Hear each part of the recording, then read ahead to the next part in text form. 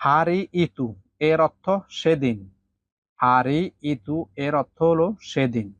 সেদিন এর মালয় শব্দের অর্থ হলো হারি ইতু।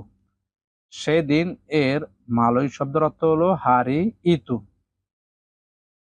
হারি ইতু সাইয়া তাক বুয়াত কেরজা এর অর্থ সেদিন আমি কাজ করিনি।